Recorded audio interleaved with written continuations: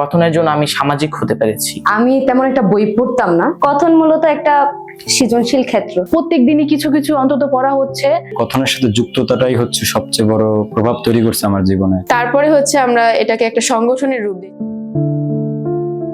আচ্ছা, কথন নামটা শুনেই তো বোঝা যাচ্ছে যে মানুষ যাতে কথা বলতে পারে এরকম একটা দিক চিন্তা করেই কথন রাখা হয়েছে। আন্দোলনের পরে কথনের ম্যাগাজিন তৈরি করব এরকম একটা দিক চিন্তা করা হয়, ত্রৈমাসিক পত্রিকা আর কি, যে আমাদের আন্দোলনের স্পিরিটকে ধারণ করবে। সেক্ষেত্রে কথন মানে মানুষ ওইখানে যেভাবে ইচ্ছা লেখার মাধ্যমে হোক, সাহিত্যের মাধ্যমে হোক, কবিতার মাধ্যমে হোক, গল্পের মাধ্যমে হোক নিজের লেখা প্রকাশ করতে পারবে, নিজের মতামত প্রকাশ করতে পারবে। ওই চিন্তা থেকে আমাদের ম্যাগাজিনের নাম কথন দেওয়া হয়। এন্ড তারপর হচ্ছে কথন সামাজিক সাংস্কৃতিক কেন্দ্র তৈরি করা হয়। আমরা অনেক মানুষ নিয়ে কাজ করব, মানুষের জন্য কাজ করব।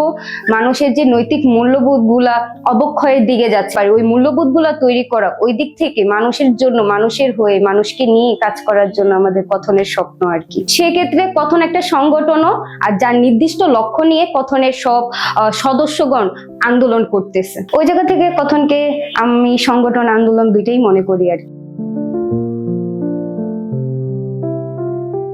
কথন যে কাজগুলো করে সেটা তো আসলে দলগত কাজের মধ্য দিয়ে কিছু মানুষের কাছে পৌঁছানো, এবং একঝাঁক মানুষের কাছে পৌঁছাতে গিয়ে আমাদের যে নিত্য নতুন অভিজ্ঞতাগুলো সৃষ্টি হয় সেগুলো দ্বারা তো আমরাও নিজেরাও সমৃদ্ধ হই। কাজ করতে গিয়ে যেটা মনে হয় যে এটা তো একটা যৌথ প্রয়াস, দলগত কাজ।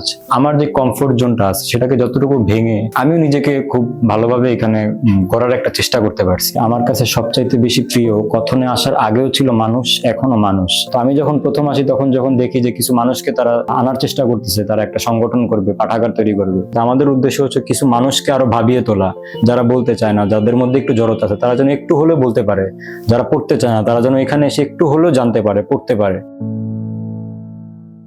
মূলত আমরা যখন 24-এ আন্দোলন করি সেটা সম্পর্কে আমরা সবাই জানি। তো আন্দোলনে যে বড় একটা অংশ ছিল, তো আমরা স্টুডেন্টরাই ছিলাম। তো এই আন্দোলন করতে করতে কিছু মানুষ মানে একই মনের, একই ধরনের পাওয়া যায়। এই যে আন্দোলনের একটা স্পিরিট, যে স্পিরিটটাকে আসলে ধরে রাখতে হবে।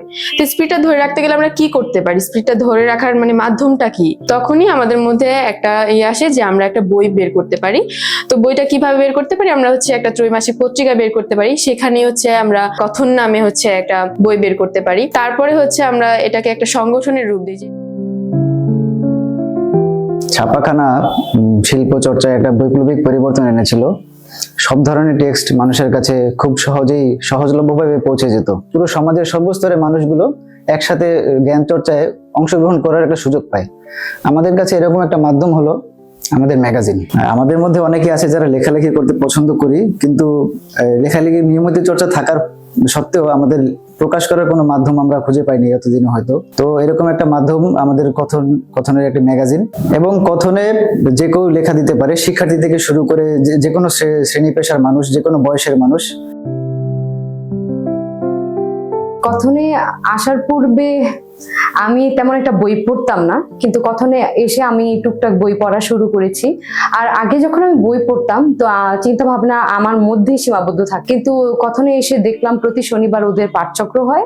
ওই জায়গায় অংশগ্রহণ করার ফলে আমি অন্যদের চিন্তা ভাবনা এবং তাদের মতামত জানা আর শোনার সুযোগ পেয়েছি, যার ফলে আমি মনে করছি যে আমার মধ্যে সৃজনশীল ক্ষমতাটা বৃদ্ধি পেয়েছে। কথনে যুক্ত হয়ে আমি দেখলাম ওরা অনেক সামাজিক কর্মকাণ্ডের সাথেও জড়িত।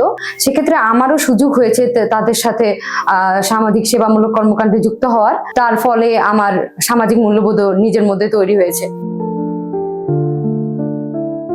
কথনে আমি যুক্ত হয়েছি মূলত বই পড়ার জন্য, কেননা আমার বই কখনোই পড়া হয়নি। এমনি হয়তো 2-1টা বই কিনে এভাবে পড়তাম, বাট ওদের এখানে এসে আমাদের হয়েছে কি বইগুলো আমার কন্টিনিউসলি পড়া হচ্ছে।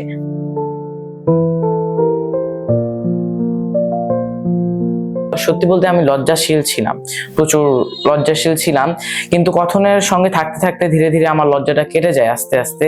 আমার মনের ভিতরে যে কথাগুলো সেগুলো আমি বলতে পারি, এবং কথনে যে ত্রৈমাসিক পত্রিকা বের হয় সে পত্রিকায়ও আমি লেখা দিতে পারি। এখন আমি বলতেই পারি যে কথনের জন্য আমি সামাজিক হতে পেরেছি।